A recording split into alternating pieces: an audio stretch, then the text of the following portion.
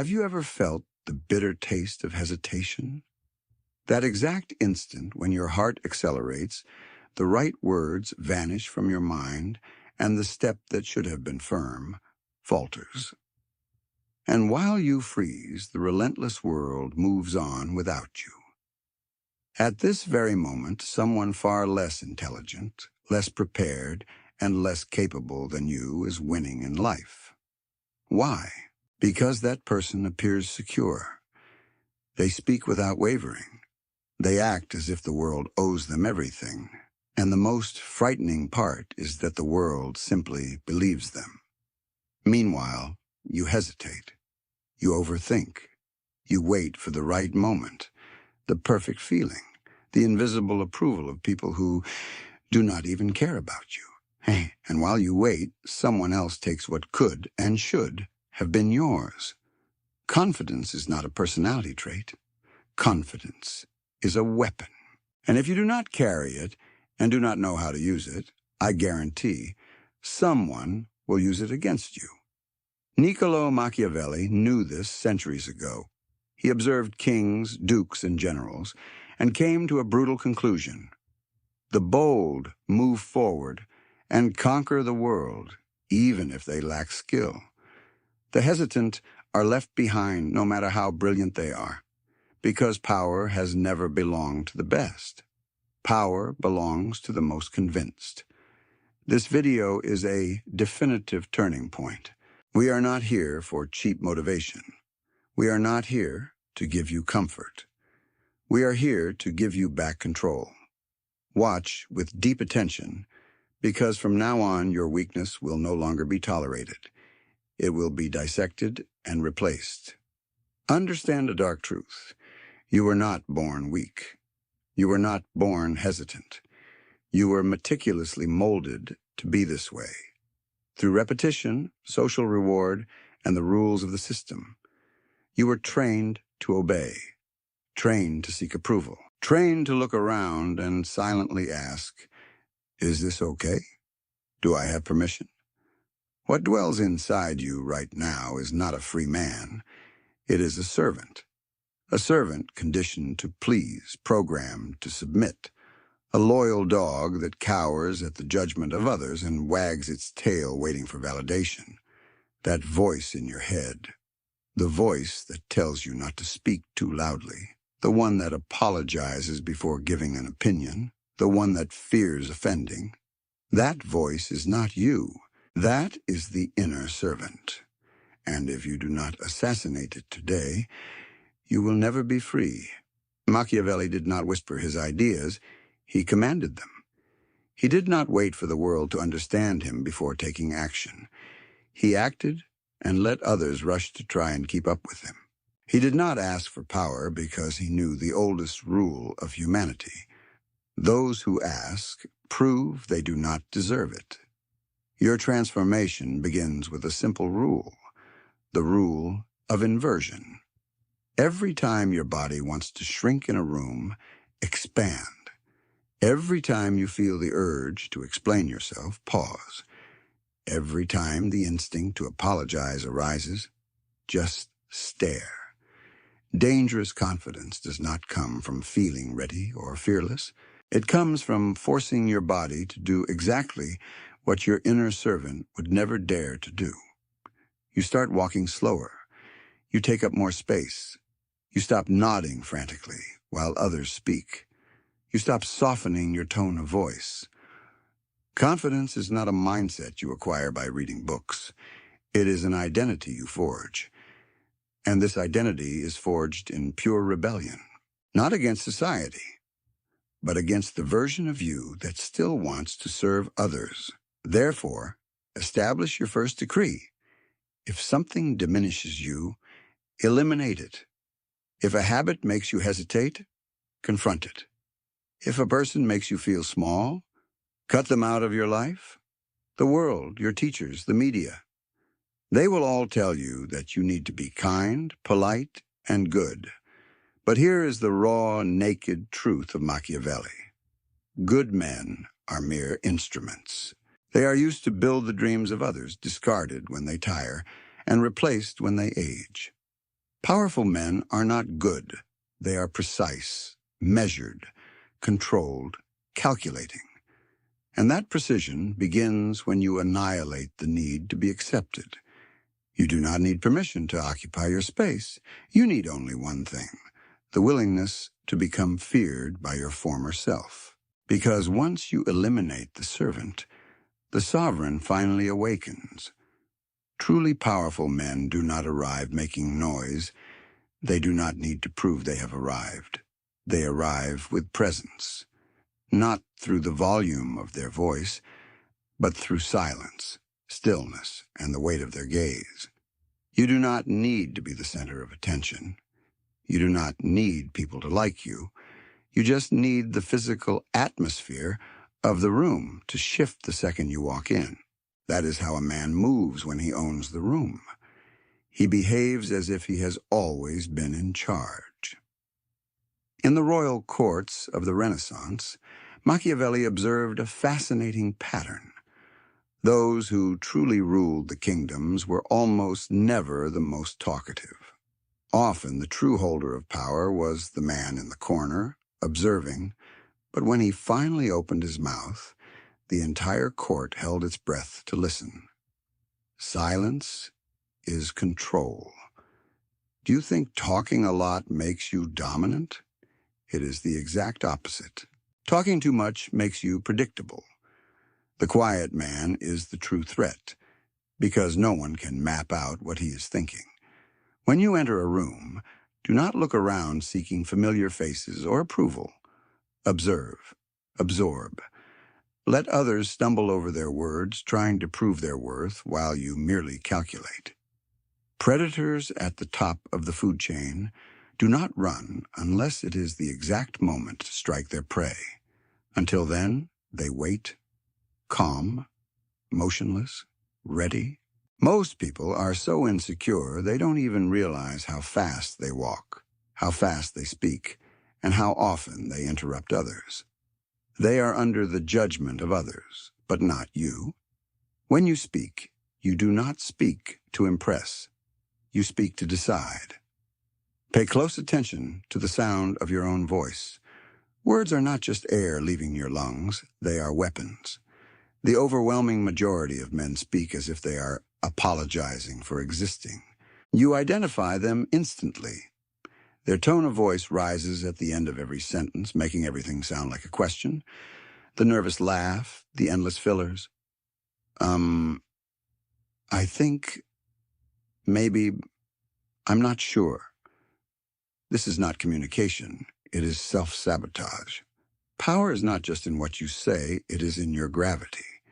The human game is not logical, it is purely emotional.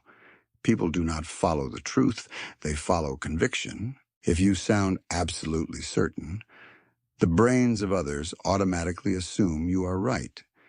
If you hesitate, they assume you are weak. Your Machiavellian voice must be slow, calm, and final. Speak as if your words are not open for debate. Speak as if every sentence that leaves your mouth is an unquestionable decree. Stop using escape routes like, I might be wrong, or I don't know if this makes sense. Burn those phrases from your vocabulary. Say what you have to say, put a period at the end, and shut your mouth. Let others deal with the weight of the silence that follows. The silence after a firm statement is terrifying to the weak. It challenges people to contest you. And the truth? Most will not have the courage, and if, by chance, someone does challenge you, apply the golden rule: never defend yourself. Do not justify, do not explain. Just look the person in the eyes and calmly say, I disagree, or even more coldly, that is incorrect, and then change the subject. When you refuse to debate your boundaries, you signal something dangerous. Your reality is non-negotiable. You are not trying to be heard. You are speaking like someone who doesn't care if others agree, because eventually they will have to agree. Everything we have talked about so far, the posture, the gaze, the tone of voice, is useless if you do not master the invisible war. Confidence without emotional control is just decoration. You can walk with your head held high and have the voice of a king, but if someone can make you lose your temper with a simple, sarcastic comment, you are not powerful. You are a puppet. Your emotions belong to others. This is where 99% of men fail. A whisper of disrespect, and they explode with anger. A cheap compliment, and they soften like children. Being left on red, and they fall into despair. Machiavelli feared few things, but what he despised most was emotional dependency. He did not trust human affection. He trusted control. Because the moment people discover what moves you, they discover where to press. And when they know where to press, you cease to be a threat and become manageable. And manageable men are discarded. The final transformation requires that you stop being the man who reacts and become the man who calculates. Someone insults you. You do not raise your voice. You study them as if they were an insect in a laboratory. What are they trying to hide behind this aggression? Someone compliments you too much. You do not inflate your ego. You analyze. What will they ask of me tomorrow? Someone ignores you. You do not panic. You become absolute ice. Their silence is not your wound. It becomes your advantage. This is becoming psychologically unreachable. It does not mean you have no emotions. It means you have a mental fortress. You feel anger. You feel frustration. But you do not act on it unless it strategically serves your ultimate goal. Your mind is not a public square where anyone can enter and make noise. It is a fortress, and you control the drawbridge. People are laughably easy to manipulate. Tell a weak man he is useless, and he will spend the entire year trying to prove otherwise. Tell him he is special, and he will hand his life over to you. Pull away emotionally, and he will crawl. To break this code, you need to extract the virus of the need to be understood from your soul. You do not exist for the world to understand you. You exist to move the world around you surgically and silently. When this unshakable identity settles within you, the way you deal with losses and rejection completely changes. Rejection feels like a deep wound to the weak. To the man of power, rejection is just statistical data. It is a gift. It is a clear message saying you were too available, too predictable, or too anxious. Understand this once and for all. Rejection is never personal. It is positional. People only reject what they believe they can survive without. If they said no to you, whether in a business deal, a relationship, or a friendship, it means that, in their perception, they lose nothing with your absence. This is not an insult. It is valuable information. Now you know exactly where you are positioned on their chessboard. And what is the Machiavellian response? You never, under any circumstances, show pain. The millisecond you show you were affected, they win. A strategic mind does not fall into despair when a door slams in its face. It simply makes the temperature of the room drop to zero. You were not rejected. They lost the right to have access to you. Withdraw your presence. Use your absence as a weapon of psychological destruction. What happens when something a person took for granted disappears without a trace? They begin to feel the weight of the void, disappear. No long goodbye texts, no subliminal posts on social media, no emotional closure discussions, just a cold, total, and strategic absence. Machiavelli wrote, "Men must be either pampered or crushed, because they can get revenge for small injuries, but not for grievous ones." The best way to crush someone who rejects you is not by attacking. It is by making that person irrelevant. Make your silence deafening. Make them wonder how you moved on so fast and if they ever truly meant anything to you. Rejection only has power over you if it looks like you were chasing them. Change the internal narrative. You gave them the opportunity to recognize your value. They failed the test. They showed short-sightedness.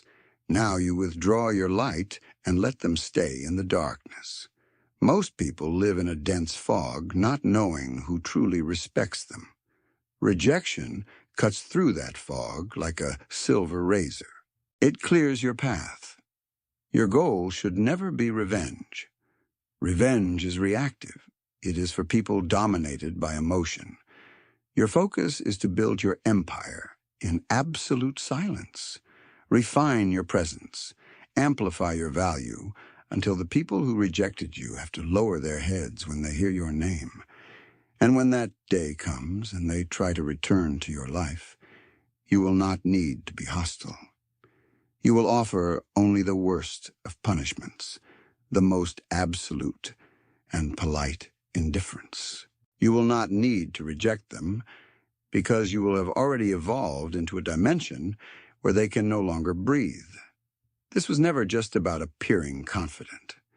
This is about mental, emotional, and territorial mastery. You are no longer in this world to fit in. You are here to move the pieces, to shape the room through your silence, to haunt the memory of those who doubted you. You no longer chase approval. You become the standard of approval itself. Legends do not beg. Legends do not justify themselves. They exist, heavy and real, and the world is forced to bow and remodel itself around them. The discomfort you feel right now is the first sign of the cure.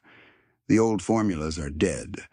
What survives is your courage to hold the gaze when everyone else looks away. If this manifesto cut through the illusions of your mind and awakened the dormant strength that was always there, then make your seal. Go down to the comments and write the following phrase: I am the unshakable. This is not to please an algorithm.